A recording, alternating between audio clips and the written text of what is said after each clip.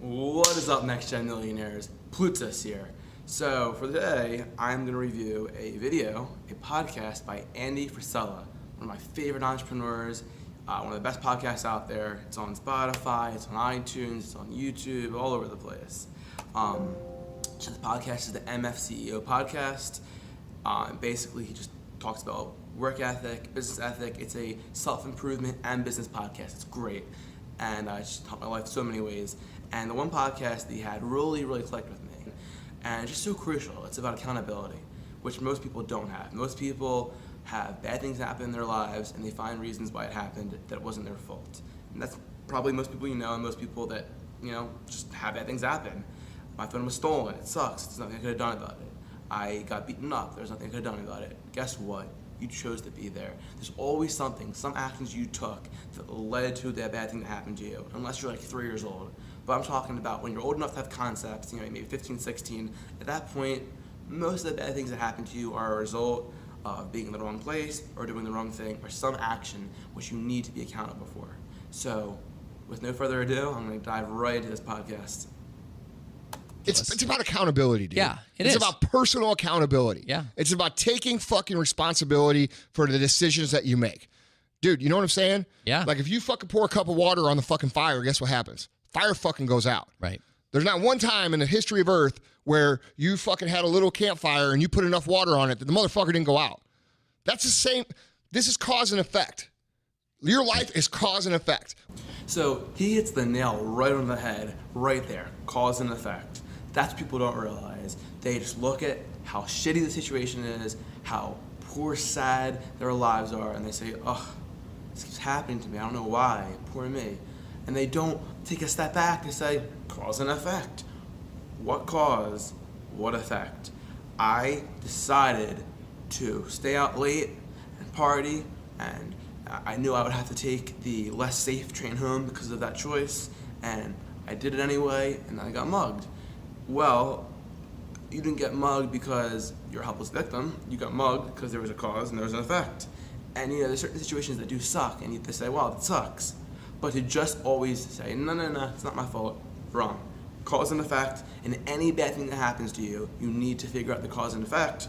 And once you figure out the cause and effect, you can do growth. Because you figure out the cause, you figure out the effect, and because you're fully aware of it now, you can move forward and not repeat it. What you have right now is a result of whatever decisions you made previous to that. That's it. It cannot be argued. Cannot be argued. I made a decision to fucking walk up to that guy's car window when I got fucking stabbed. I made a decision to do all that shit. I didn't blame him. I don't blame anybody but myself. So for those of you that don't know who Andy Frisella is, or besides what I just told you, he is this big entrepreneur guy. He's very wealthy, very successful, but people don't know or don't realize, they don't really follow him or see videos of him, is he has a big scar on his face. And that's what he's mentioning. He's mentioning the most unfair thing that ever happened to him. He's handing over his example of the one thing that happened to him that he can really stand out as unfair and out of his control. Some person, some thug, decided to slash his face open with a knife. And in this podcast, he literally acknowledges the hardest thing to acknowledge. Most people would say, oh, my life sucks, my life's unfair. He says, I chose to go up to that car, whatever reason he had, it doesn't matter. He chose to approach this guy. He chose to put himself into a dangerous situation. And, it's so big, it's so huge to take something like being stabbed in the face, which left him with a huge scar, and acknowledge accountability. Somehow, in this terrible, unfair thing that happened to him that most people would write off as unfair and my life's unfair, he wrote off as, I should not have walked up to the car, I should not have been in that situation, it sucks what happened, but he found accountability in his actions, even in the worst thing that ever happened to him. And when anyone can find a way to find accountability, that gives you so much power, because you feel helpless. If you're not accountable, you're helpless. So would you rather be accountable and say, well, I can avoid it next time because I figured out what I did wrong? But if you just determine that it was unfair and you're helpless, you're going to feel helpless. You're going to feel in the future like, things just happened to me out of my control. I'm just some leaves blowing in the wind. And you're a human being, you're not leaves blowing in the wind. So accountability can give you so much power, knowing that your decisions have direct outcomes. And choose to act. Yes. Yeah. And the truth of it is that, we are, I just firmly believe what I'm saying. And people get mad when I say that shit because they're like, what about this? And what about that? And what about this? And what about that? Well, the questions you should ask is like, well, how did I get in this position in the first place? Because I will bet you anything. Most of the bad shit that has happened to you in your life, it was a result of you making poor decisions. Most of it. Being in the wrong place, doing the wrong shit, doing shit you probably didn't know was not right. Now, are there accidents that can't be controlled? Somebody drops a beam on your fucking head from a skyscraper and you get crushed? Yeah. But the truth is you decided to walk on the fucking street while they were doing construction. Right. You know what I'm saying? Like, right. I don't know. Like, I think it's, like Jocko fucking extreme ownership. It's like every fucking, once you accept that everything is a result of your decisions, you become in control. You know what I'm saying? Like they're all. He is right on the money. There is infinite power in accepting that it's your fault. Everything happens is your fault, good and bad. So when I say it's your fault, I don't mean that everything's bad. If you become very rich, it's your fault. If you get the girl of your dreams, it's your fault. And if you get beaten up in the hood, it's your fault because you were there. So when you have true acceptance of accountability, you're in control of everything. You can control anything you want to happen in life because you believe that what happens is a direct result of your actions. And if you don't believe that, like if you think that being robbed, mugged, beaten up happened out of your control and you don't believe you're accountable, then that means that it's going to apply to your life and you're not going to strive for anything besides working at McDonald's because you think that it's just out of your control. You're just unlucky. So think about this. It's this true power to grind it in your brain without you just clicking. This be that moment where it goes and you get it.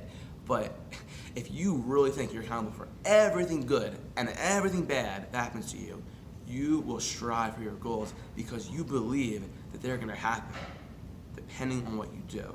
And you know that working harder is going to get you closer to the goal, working less hard is going to get you further from the goal, and you just believe that what the results are always direct from your actions.